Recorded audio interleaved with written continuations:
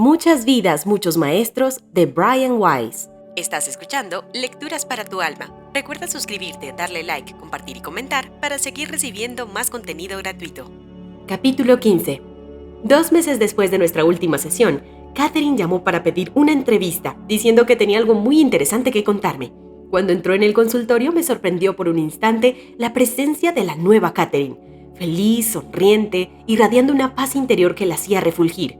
Por un momento pensé en la Catherine de un principio, en lo mucho que había progresado en tan corto tiempo. Catherine había ido a visitar a Iris Salzman, una conocida astróloga psíquica que se especializaba en la lectura de vidas pasadas. Eso me sorprendió un poco, pero comprendí la curiosidad de Catherine y su necesidad de buscar alguna confirmación de lo que había experimentado. Me alegró que sintiera la suficiente confianza como para hacer eso. En tiempos recientes, una amiga le había hablado de Iris. Llamó para pedirle una entrevista, sin decir nada a Iris de lo que había ocurrido en mi consultorio. Iris le pidió solo la fecha, la hora y el lugar de su nacimiento. Según le explicó, con eso construiría una carta astral que, en conjunción con sus propios dones intuitivos, le permitiría discernir detalles de las vidas pasadas de Catherine. Era la primera experiencia de mi paciente con una parapsicóloga y no sabía qué esperar. Para asombro suyo, Iris corroboró la mayor parte de lo que ella había descubierto bajo hipnosis. La psíquica fue pasando gradualmente de un estado alterado de conciencia. Lo conseguía hablando y tomando anotaciones en el gráfico astrológico apresuradamente construido. Minutos después de haber entrado en ese estado, Iris se llevó la mano al cuello y anunció que en una vida anterior, Catherine había sido estrangulada y degollada. El degüello se había producido en tiempos de guerra. Iris veía llamas y destrucción en la aldea, muchos siglos antes. Dijo que por entonces Catherine era un hombre joven. Con ojos vidriosos, la describió, acto seguido, como un joven vestido de uniforme naval, con pantalones negros cortos y zapatos de hebillas extrañas. De pronto se apretó la mano izquierda y experimentó un dolor palpitante, exclamando que algo agudo le había atravesado la mano y que le dejaría una cicatriz permanente. Había grandes batallas marítimas frente a una costa inglesa. Pasó a describir una vida de navegación. Describió otros fragmentos de vida. Hubo una breve experiencia en París como un niño que murió joven en la pobreza. En otra ocasión fue una india americana en la costa sudoeste de Florida. Por entonces era curandera y caminaba descalza. Su piel era oscura y tenía ojos extraños.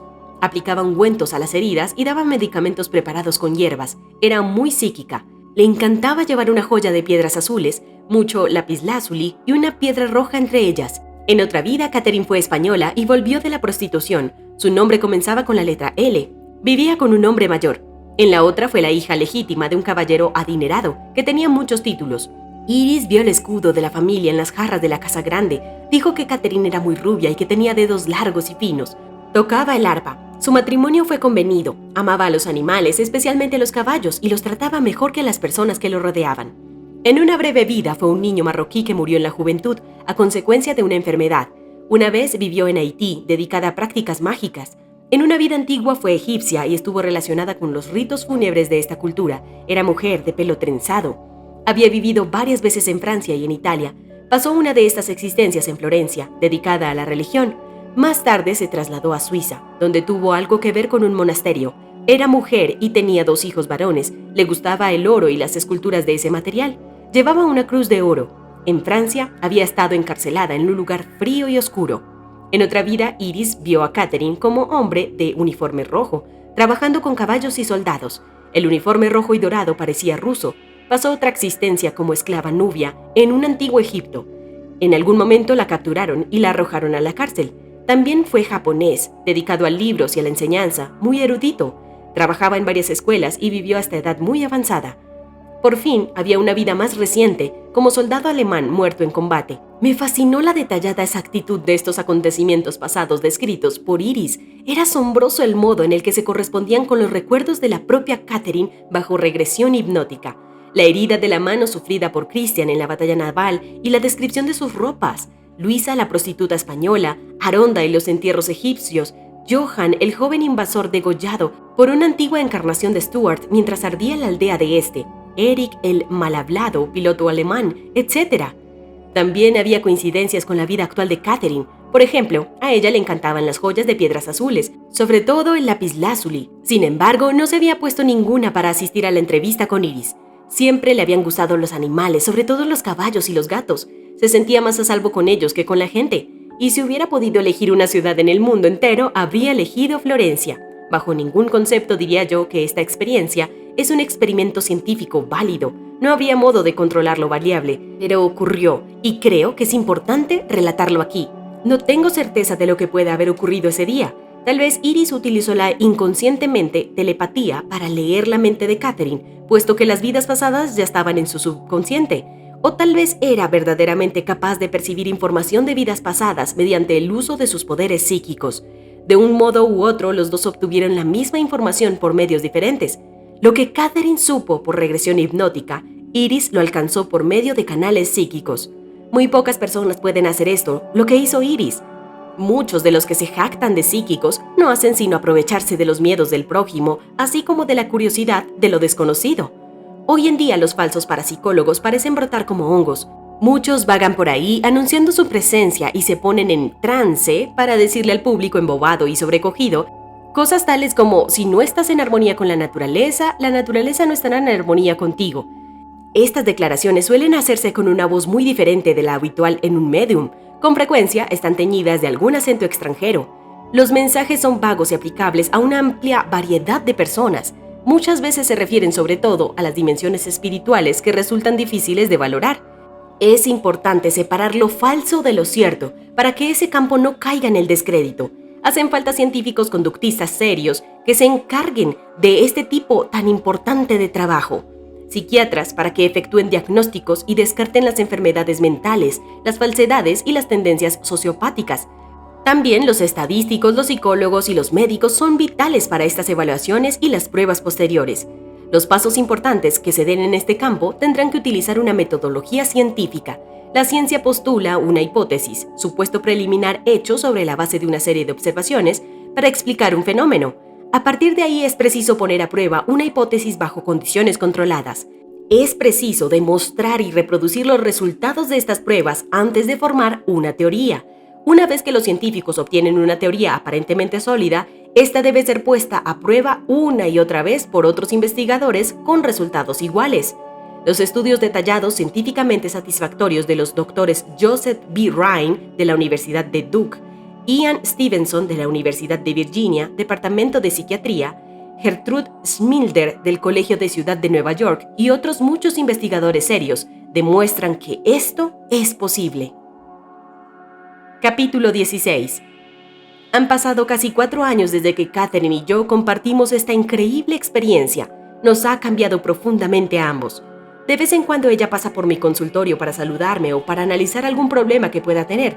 Nunca ha sentido la necesidad ni el deseo de someterse a otra regresión, ya sea para resolver un síntoma o para averiguar qué relación pueda haber tenido en el pasado con las personas a quienes acaba de conocer. La obra está terminada. Catherine está ahora en libertad para disfrutar plenamente de su vida, sin verse paralizada por sus síntomas incapacitantes. Ha hallado una felicidad y un contento que nunca había creído posibles. Ya no teme a la enfermedad ni a la muerte. Para ella la vida tiene un significado y un objetivo, puesto que está equilibrada y en armonía consigo misma. Irradia una paz interior que muchos desean, pero pocos obtienen. Se siente más espiritual. Para Catherine, lo que ha ocurrido es muy real. No duda de la verdad en ningún fragmento. Lo acepta todo como parte integrante de su persona, tal como es. No tiene interés alguno en estudiar los fenómenos psíquicos, pues considera que sabe, como nunca podría saber, mediante libros o conferencias. Muchas veces la buscan personas que van a morir o que van a perder a un miembro de su familia. Ella parece atraerlos. Se sienta a conversar con ellos y logra que se sientan mejor. Mi vida ha cambiado casi tan drásticamente como la de Catherine. Me he vuelto más intuitivo. Capto mejor las partes ocultas de mis pacientes, colegas y amigos. Al parecer, sé muchas cosas sobre ellos aún antes de lo debido. Mi sistema de valores, las metas de mi vida, han adquirido un enfoque más humanista, menos acumulativo. Psíquicos, médiums, curanderos y otros aparecen en mi vida con frecuencia cada vez mayor y he comenzado a evaluar sistemáticamente sus habilidades. Carol se ha desarrollado junto conmigo. Es especialmente capaz cuando se trata de ayudar en los casos de fallecimiento. Ahora dirige grupos de apoyo para pacientes que agonizan por el SIDA. He comenzado a meditar, cosa que hasta hace poco creía factible solo para hindúes y californianos. Las lecciones transmitidas por medio de Catherine se han convertido en parte consciente de mi vida cotidiana. Al recordar el significado más profundo de la vida, al pensar en la muerte como parte natural de la existencia, Me he vuelto más paciente, más empático, más afectuoso. También me siento más responsable de mis acciones, tanto las negativas como las elevadas. Sé que habrá que pagar un precio. Lo que va, efectivamente, vuelve. Aún escribo artículos científicos, doy conferencias en congresos de profesionales y dirijo el departamento de psiquiatría. Pero ahora vivo entre dos mundos: el mundo fenométrico de los 5 sentidos, representado por el cuerpo y las necesidades físicas, y el mundo mayor de los planos no físicos, representados por el alma y el espíritu. Sé que los mundos están vinculados, que todo es energía. Sin embargo, muchas veces parecen guardar gran distancia entre sí. Mi trabajo consiste en conectar esos mundos, en documentar cuidadosa y científicamente esa unidad. Mi familia ha mejorado, tanto como Carol como Amy han descubierto en sí capacidades psíquicas que superan el promedio normal, y alentamos alegremente el desarrollo de estos poderes. Jordan se ha convertido en un potente y carismático adolescente, líder por naturaleza. Por mi parte, por fin me estoy volviendo menos serio, y a veces tengo sueños que me salen de lo común. En los meses que siguieron a la última sesión con Catherine, en mis sueños comenzó a aparecer una tendencia peculiar. A veces tenía un sueño vívido en el cual me encontraba escuchando una conferencia o formulando preguntas al conferenciante. El nombre de este maestro era Filón. Al despertar, a veces recordaba parte del material analizado y lo anotaba. Aquí concluyo algunos ejemplos. El primero era una conferencia en la cual reconocí la influencia de los mensajes de maestros. La sabiduría se alcanza con mucha lentitud. Esto se debe a que el conocimiento intelectual fácil adquirido debe convertirse en conocimiento emocional o subconsciente. Una vez transformado, la huella es permanente. La práctica conductista es el catalizador necesario para esta reacción. Sin acción, el concepto se marchita y desvanece. El conocimiento teórico sin aplicación práctica no es suficiente. Hoy en día se descuidan el equilibrio y la armonía. Sin embargo, son las bases de la sabiduría. Todo se hace en exceso. La gente se excede en el peso porque come demasiado. Los deportistas se descuidan aspectos de sí mismos y de los demás por correr en exceso. La gente parece excesivamente mezquina. Se bebe demasiado, se fuma demasiado, se está demasiado en juerga o demasiado poco. Se conversa demasiado sin afición, se tienen demasiadas preocupaciones. Hay demasiadas ideas en blanco o negro. Todo o nada. La naturaleza no es así. En la naturaleza hay equilibrio. Los animales destruyen en pequeñas cantidades. Los sistemas ecológicos nunca son eliminados en masa. Las plantas consumidas vuelven a crecer.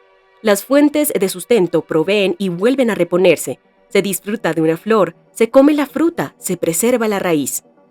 La humanidad no ha aprendido el equilibrio, mucho menos lo ha practicado. Se guía por la codicia y la ambición. Se conduce por el miedo. De este modo acabará por aniquilarse, pero la naturaleza sobrevivirá, al menos las plantas. En verdad, la felicidad arraiga en la sencillez. La tendencia al exceso en el pensamiento y en la acción disminuye la felicidad. El exceso nubla los valores básicos. Los religiosos nos dicen que la felicidad se logra llenando el corazón de amor, fe y esperanza, practicando la caridad y brindando bondad. En verdad tienen razón. Dadas estas actitudes, habitualmente vienen el equilibrio y la armonía. Son colectivamente un estado del ser. En estos tiempos son un estado alterado de conciencia. Es como si la humanidad no permaneciera en su estado natural mientras vive en la tierra. Tiene que llegar a un estado alterado a fin de llenarse de amor, caridad y sencillez para sentir pureza, para deshacerse de sus temores crónicos. ¿Cómo se llega a este estado alterado, a este otro sistema de valores? Una vez que se llega a él, ¿cómo sustentarlo? La respuesta parece simple. Es el denominador común de todas las religiones. La humanidad es inmortal. Lo que hacemos ahora es aprender nuestras lecciones. Todos estamos en la escuela. Todo es muy simple. Si se puede creer en la inmortalidad. Si una parte del ser humano es eterna, y en la historia hay sobradas evidencias para pensarlo así, ¿por qué nos tratamos tan mal? ¿Por qué pasamos por encima del prójimo en provecho personal si en realidad estamos desechando la lección? Al parecer, todos vamos hacia el mismo sitio, aunque a diferente velocidad. Nadie es más grande que los demás. Analicemos las lecciones. Intelectualmente, las respuestas siempre han estado allí, pero esta necesidad de actualizarlas por experiencia, de hacer permanente la huella subconsciente al emocionalizar y practicar el concepto, es la clave de todo. No basta memorizar en la escuela dominical. Parlotear sin practicar de nada sirve. Resulta fácil leer sobre el amor, la caridad y la fe, o conversar sobre ello. pero practicarlos, sentirlos, requiere casi un estado alterado de conciencia. No se trata del estado transitorio inducido por las drogas, el alcohol o la emoción inesperada. El estado permanente se alcanza mediante el conocimiento y la comprensión. Se mantiene mediante la actividad física, mediante la acción y la práctica. Consiste en tomar algo casi místico y transformarlo en cosa de todos los días mediante la práctica, haciendo de esto un hábito. Comprendemos que nadie es mejor que otro. Sintámoslo. Practiquemos la ayuda al prójimo. Todos remamos en el mismo bote. Si no lo hacemos juntos, nuestros equipos se encontrarán muy solos. Otra noche, en un sueño diferente, hice una pregunta. ¿Por qué usted dice que todos somos iguales cuando las contradicciones obvias son tan evidentes? Diferencia en las virtudes, en el temperamento, el dinero, los derechos, la capacidad y el talento, la inteligencia, la aptitud para las matemáticas y así hasta el infinito. La respuesta fue una metáfora. Es como si adentro de cada persona se pudiera encontrar un gran diamante. Imaginemos un diamante de un palmo de longitud. Ese diamante tiene 1000 facetas, pero todas estas cubiertas de polvo y brea. La misión de cada alma es limpiar cada una de estas facetas hasta que la superficie esté brillante y pueda reflejar un arco iris de colores. Ahora bien, algunos han limpiado muchas facetas y relucen con intensidad. Otros solo han logrado limpiar unas pocas, que no brillan tanto. Sin embargo, por debajo del polvo, cada persona posee en su pecho un luminoso diamante con 1000 facetas refulgentes. El diamante es perfecto, sin un defecto.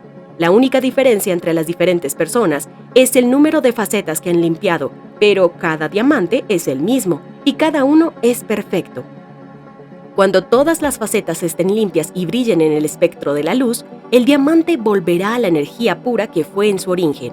La luz permanecerá. Es como si el proceso requerido para hacer el diamante se invirtiera, liberada ya por toda la presión. La energía pura existe en el arco iris de luces y las luces poseen conciencia y conocimiento. Y todos los diamantes son perfectos. A veces las preguntas son complicadas y las respuestas simples. ¿Qué debo hacer?, preguntaba yo en el sueño. Sé que puedo tratar y curar a la gente que sufre. Vienen a mí en mayor número en los que puedo atender. Estoy muy cansado, pero ¿puedo negarme cuando me necesitan tanto? ¿Es correcto decir ya basta? Tu papel no es ser un salvavidas, fue la respuesta. El último ejemplo que voy a cifrar fue un mensaje a otros psiquiatras. Desperté a eso de las 6 de la mañana. En mi sueño había estado dando una conferencia a una vasta congregación de psiquiatras. En la carrera hacia la cada vez mayor incorporación de la medicación en la psiquiatría, es importante que no abandonemos las enseñanzas tradicionales de nuestra profesión, aunque a veces parezcan vagas. Somos nosotros quienes aún conversamos con nuestros pacientes con paciencia y compasión. Aún nos estamos tomando el tiempo para hacerlo. Facilitamos el entendimiento conceptual de la enfermedad, curando con comprensión y mediante el descubrimiento incluido del conocimiento en sí mismo, no solo con rayos láser. Aún utilizamos la esperanza para curar. En esta época actual, otras ramas de la medicina consideran que estos enfoques tradicionales de la curación son demasiado ineficaces, que consumen tiempo y no tienen base. Prefieren la tecnología al diálogo, la química de sangre analizada por computadora a la química personal entre el paciente y el médico, que cura al paciente y proporciona satisfacción al médico. Los enfoques idealistas, éticos, personalmente gratificantes de la medicina pierden terreno ante los económicos, eficientes, aislantes y destructores de la satisfacción. Como resultado, nuestros colegas se sienten cada vez más aislados y deprimidos, los pacientes masticados y vacíos como si nadie se ocupara de ellos. Debemos evitar la seducción de la alta tecnología. Antes bien, deberíamos ser modelos para nuestros colegas. Deberíamos demostrar que la paciencia, la comprensión y la compasión ayudan tanto al paciente como al médico. Reservar más tiempo para dialogar, para enseñar, para despertar la esperanza y la expectativa de curación. Estas cualidades del médico curandero, medio olvidadas, son las que debemos emplear siempre como ejemplo para nuestros médicos colegas. La alta tecnología es maravillosa para la investigación y para facilitar la comprensión de la enfermedad humana. Puede ser un valioso instrumento clínico, pero jamás reemplazará las características y los métodos inherentemente personales de los verdaderos médicos. La psiquiatría puede ser la más digna de las especialidades médicas. Somos los maestros. No deberíamos abandonar este papel en aras a la asimilación, ahora menos que nunca. Aún tengo este tipo de sueños, aunque solo ocasionalmente. Con frecuencia, mientras medito, mientras conduzco por la autopista o incluso en las soñaciones, me surgen en la mente frases, ideas, visualizaciones. Muchas veces se parece muy poco a mi modo consciente y habitual de pensar o conceptualizar. Suele ser muy oportuno para resolver cuestiones o preguntas del momento. Los uso en la terapia y en mi vida cotidiana. Considero que estos fenómenos son una expansión de mis capacidades intuitivas y me siento alentado por ellos. Para mí son la señal de que me encamino en la dirección correcta, aunque aún me reste mucho tiempo por recorrer. Presto atención a mis sueños y a mis intuiciones. Cuando lo hago, todo parece marchar muy bien. En caso contrario, invariablemente, algo falla. Aún siento a los maestros a mi alrededor. No estoy seguro de que ellos influyan en mis sueños y mis intuiciones, pero sospecho que sí. Epílogo. Este libro está ya completo, pero la historia continúa. Catherine sigue curada, sin que se hayan repetido sus síntomas originarios. Al inducir a regresión a otros pacientes, he puesto mucho cuidado. Me guío por la constelación particular de los síntomas de cada uno y por lo refractario que se muestra a otros tratamientos, por la disposición a dejarse hipnotizar con facilidad, por su aceptación de este enfoque y por la certeza intuitiva de que es el camino a seguir. Desde el caso de Catherine, he llevado a regresiones detalladas a múltiples vidas pasadas a 12 pacientes más. Ninguno de ellos era psicópata, tenía alucinaciones ni padecía de personalidad múltiple. Todos mejoraron espectacularmente. Esos 12 pacientes tienen personalidades y antecedentes muy dispares. Una ama de casa judía en Miami recuerda vívidamente haber sido violada por un grupo de soldados romanos en Palestina poco después de la muerte de Jesús. Administró un burdel en Nueva Orleans en el año del siglo XIX, en la Edad Media, vivió en un monasterio francés y tuvo una vida dolorosa en Japón. Aparte de Catherine, es la única de mis pacientes que ha podido transmitir mensajes del estado intermedio. Esos mensajes son sumamente psíquicos. También ella apuntó hechos y datos de mi pasado. Tiene una facilidad aún mayor para predecir acertadamente acontecimientos futuros. Sus mensajes provienen de un espíritu en especial y actualmente estoy catalogando con cuidado sus sesiones. Aún soy científico. Todo este material debe ser analizado, evaluado y verificado. Los otros no pudieron recordar mucho, aparte de morir, el abandono del cuerpo y flotar hacia la luz brillante. Ninguno pudo transmitirme mensajes o pensamientos, pero todos tenían vívidos recuerdos de sus vidas anteriores. Un brillante corredor de bolsa llevó una existencia agradable, aunque aburrida, en la Inglaterra victoriana. Un artista fue torturado durante la Inquisición española. Un propietario de un restaurante que no podía cruzar en automóvil puentes ni túneles recordó haber sido sepultado vivo en una antigua cultura del Próximo Oriente. Un joven médico recordó su trauma en el mar cuando era vikingo.